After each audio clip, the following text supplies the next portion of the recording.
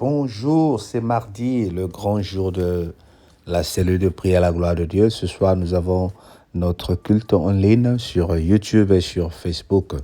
Je t'encourage d'être connecté, ne manque pas. Ça se passe à partir de 22h heure de France, 21h heure de Londres et actuellement 22h heure du Congo-Brazzaville. Dieu est bon. Entre-temps, nous prenons Osée 7, versets 8 à 16. Lisons au nom du Seigneur. Éphraïm se mêle avec les peuples. Éphraïm est un gâteau qui n'a pas été retourné. Des étrangers consument la force et ils ne s'en doutent pas. La vieillesse s'empare de lui et ils ne s'en doutent pas. L'orgueil d'Israël témoigne contre lui. Ils ne reviennent pas à l'Éternel, leur Dieu. Ils ne le cherchent pas malgré tout cela. Éphraïm est comme une colombe stupide sans intelligence. Ils implorent l'Égypte, ils vont en Assyrie. S'ils partent, j'attendrai sur eux mon filet. S'ils partent, j'étendrai sur eux mon filet. Je les précipiterai comme des oiseaux du ciel. Je les châtierai comme il en a été averti dans leur assemblée. Malheur à eux parce qu'ils me fuient, ruine sur ruine parce qu'ils me sont infidèles. Je voudrais les sauver, mais ils disent contre moi des paroles mensongères. Ils ne crient pas vers moi dans leur cœur, mais ils se lamentent dans leur couche. Ils se rassemblent pour avoir du blé et du mou. Et ils se loignent de moi. Je les ai châtiés, j'ai fortifié leurs bras. Ils méditent le mal contre moi. Ce n'est pas au Très-Haut qu'ils retournent. Ils sont comme un arc trompeur. Leur chef tombera par l'épée à cause de l'insolence de leur langue. C'est ce qui les rendra un objet de risée dans le pays d'Égypte. Amen. Wow.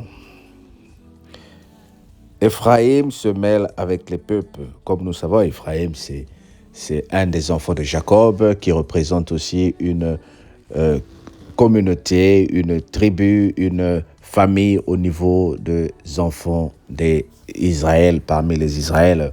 Et on est en train de montrer comment les uns et les autres sont ici infidèles à l'Éternel, comment ils refusent de retourner vers l'Éternel. Ils consomment le mal et ils continuent à vivre dans le mal. Et le Seigneur est en train de dire ici, ils ne reviennent pas à l'Éternel leur Dieu. Ils ne le cherchent pas malgré tout cela. C'est la même chose qui se passe lorsque nous tombons dans des situations difficiles où nous pensons que le mal est tiré, le vin est tiré, il faut le boire. Vous savez, ces expressions communes où nous disons le vin est tiré, il faut le boire.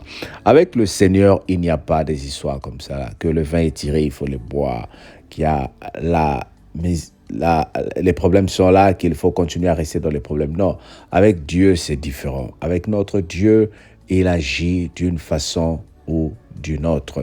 Et le Seigneur voudrait que toi et moi, nous ayons la possibilité de mettre la paix autour de nous, que nous ayons la possibilité de repartir pour dire « Je me suis trompé, Seigneur, et je reviens vers toi ». Il y a des situations pour lesquelles tu t'es tombé. Par exemple, tu es une femme qui sort avec un monsieur qui est marié, qui paye tes factures et tu dis « Bon, mais je reste dans cette situation en attendant de trouver un homme et le Seigneur va me donner l'homme pour que je laisse. » Non, bien-aimé, tu es en train de te maudire et tu resteras de rester dans cette situation-là. Tu es dans une situation où tu dis « Je vole en attendant que je trouve quelque chose, que je trouve du travail. » Le Seigneur comprend. Amen. Non. Non. Notre Dieu est un Dieu de oui, est un Dieu de non. Lorsque tu demandes à Dieu de la sagesse, il va te mettre devant des problèmes pour que tu commences à les résoudre. C'est ça qui va développer la sagesse. Lorsque tu demandes au Seigneur la paix, il va te mettre dans des situations de trouble pour qu'il voie ta capacité de créer la paix.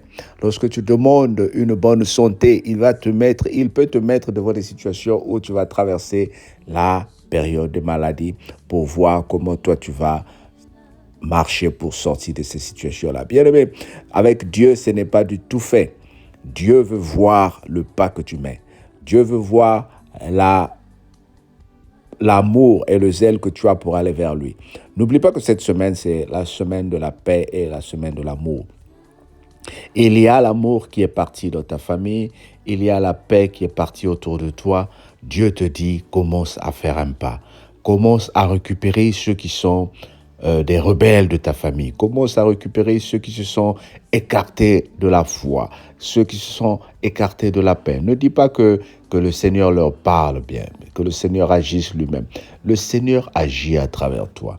Le Seigneur agit à travers moi. Il veut que toi, tu commences à revenir vers lui.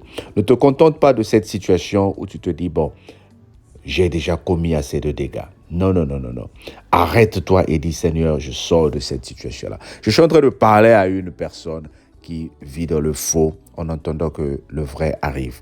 Il faut que tu prennes la décision de sortir du faux. Il faut que tu prennes la décision de sortir de l'incertitude. Même si tu vas souffrir pendant un moment, c'est dans cette situation que le Seigneur va te modeler. Il va te former. Il va créer une occasion pour toi d'être élevé. Alors que le Seigneur te bénisse. Sois courageux et dis, je sors de cette situation provisoire pour vivre la main de l'Éternel. Dieu ne bénit pas de la pagaille. Dieu ne bénit pas de la confusion. Si tu veux rester dans la confusion, alors elle va demeurer. Si tu veux rester dans la pagaille, alors elle va demeurer. Mais sors et tu verras la main de l'Éternel. Que le Seigneur te bénisse. Amen. Mais n'oublie pas ce soir, un grand direct, un grand culte à partir de 22h. Soyons connectés au nom de Jésus. Bye bye.